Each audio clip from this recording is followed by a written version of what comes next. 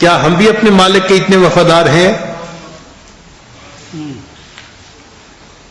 اللہ تعالیٰ ہمیں طرح طرح کی نعمتیں کھلاتا ہے. پانی ملے ٹھنڈا نہ ہو، اس پہ شکوا کہ جی ٹھنڈا نہیں ہے پانی. پانی تو اللہ نے دیا ہے نا، نہیں جی ٹھنڈا نہیں ہے. اللہ اکبر کبیرہ.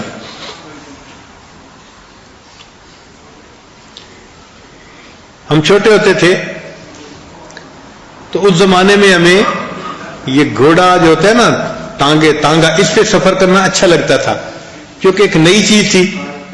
تو ہم انتظار میں ہوتے تھے کہ کئی مرتبہ ہمیں ٹانگے پہ سفر کرنے کا موقع ملے، بیٹھنے کا موقع ملے. حالانکہ رکشے چلتے تھے، آٹو رکشے چلتے تھے اور وہ شہر سے اسٹیشن تک لے جاتے تھے، مگر ساتھ ساتھ ٹانگے بھی چلتے تھے. تو کبھی ہمیں اگر ٹرین پر جانے کا موقع ملتا تو ہم پریفر کرتے تھے کہ ٹانگے پہ بیٹھے. تو گھوڑے کا ٹانگے کو کھینچنا، بھاگنا، یہ ہمیں اچھا لگتا تھا. تو اس زمانے میں ہم نے دیکھا کہ جو گھوڑا ٹانگے کے اندر باندھا جاتا ہے وہ اپنے مالک کی خاطر سارا دن بھاگتا ہے، سارا دن بھاگتا ہے، تھک جاتا ہے. ایک تھکا ہوا گھوڑا پسینے میں شراب کھڑا تھا اور تھوڑی دیر میں سواری آ گئی. بھائی میں نے ٹرین پہ جانا ہے اور ٹائم کم ہے، آپ مجھے ذرا جلدی اسٹیشن پہ پہنچا دیں، میں آپ کو 5 روپے زیادہ دوں گا. تو مالک نے اس کو جو دانا ڈالا تھا نا، وہ اس کے سامنے سے اس نے بالٹی اٹھا لی. گھوڑا اپنے مالک کو یہ نہیں کہہ سکتا جناب سارا دن کام کر کر کے میں تھکا ہوا ہوں اور ابھی آپ نے مجھے تھوڑی دیر کے لیے کھانا دیا اور کھانا میرے سامنے سے اٹھا رہے ہیں، مجھے کھانے کے لیے بھی وقت نہیں دیتے. اللہ نے اس کی زبان ہی بند کر دی کہ تم اپنے مالک پہ اعتراض کر ہی نہیں سکتے. اللہ کو پتا تھا نا کہ ان کے مالک انسان ہیں اور انسانوں کے اندر تو کمی کوتاہی ہوگی. اگر زبان دے دیتا جانوروں کو تو پھر وہ ہر وقت بحث ہی کرتے رہتے اپنے مالکوں سے. اللہ نے اس کی زبان ہی بند کر دی جانوروں کی کہ اپنے مالک کے سامنے بات ہی نہ کر سکیں. خیر جب اس نے دانا ہٹا لیا تو گھوڑا پھر بھاگنے کے لیے تیار. سواریاں بیٹھ گئیں، قدرتاً ہم بھی وہیں تھے تو ہم بھی اسی گھوڑے اسے ٹانگے میں بیٹھ گئے. اب گھوڑے بھاگنا شروع کیا اور وہ مناسب تیز رفتاری کے ساتھ بھاگ رہا تھا. بھاگنے کے دوران اس گھوڑے کو لیڈ کرنے کی ضرورت پیش آئی تو وہ کھڑا نہیں ہو سکتا تھا. بھاگ بھی رہا ہے، لیڈ بھی کر رہا ہے. تو میں بڑا حیران ہوا کہ دیکھیں یہ تو اس کی ضرورت ہے نا گھوڑے کی، لیکن اس کو مالک اتنی بھی فرصت نہیں دے رہا کہ وہ اپنی ضرورت کو پورا کر سکے. بھاگ بھی رہا ہے، لیڈ بھی ڈال رہا ہے نیچے. اچھا تھوڑی دیر کے بعد سواری نے کہنا شروع کر دیا ٹائم کم رہ گیا جی، ذرا گھوڑے کو جلدی بھگاؤ. تو مالک نے اس کو پھر ہنٹر لگانا شروع کر دیا. اب گھوڑا یہ نہیں کہہ سکتا کہ میں سارا دن بھاگتا رہا ہوں، تھکا ہوا ہوں، آپ نے مجھے دانا بھی نہیں کھانے دیا، اور اگر اس کی ٹرین لیٹ ہو رہی ہے، ٹرین سے یہ لیٹ ہو رہا ہے تو اس کا قصور ہے، یہ کیوں دیر سے آیا؟ میں تو بھاگ رہا ہوں نا. بھاگتے گھوڑے کو ہنٹر لگ رہے ہیں اور وہ پھر مزید بھاگنے کی کوشش کر رہا ہے، ہنٹر بھی کھا رہا ہے. بالآخر جب اسٹیشن پہ پہنچے تو وہ سواری جو تھی وہ تو تھوڑا سا سامان تھا، ٹانگے سے نیچے اترا اور بھاگا، ٹرین چلی نہ جائے. ہماری ٹرین اس کے کوئی آدھے گھنٹے بعد تھی. ہم تھوڑی دیر کے بعد ٹانگے میں سے اترے. میں نے دیکھا کہ وہ گھوڑا اتنا پیاسا تھا، چونکہ دانا کھا رہا تھا نا تو پانی کی ضرورت تو پڑتی ہے، اور مالک نے اس کو پانی دینے کے لیے الٹا اور بھگایا. اس کو بڑی شدت کی پیاس لگی ہوئی تھی. تو جہاں وہ گھوڑا روکا تھا اس کے قریب ایک گندی نالی تھی. نالی ہوتی ہے نا گندا پانی جس میں جاتا ہے. اب وہ گھوڑا اتنا پیاسا تھا کہ بے اختیار اس نے گندی نالی کا پانی پینا شروع کر دیا.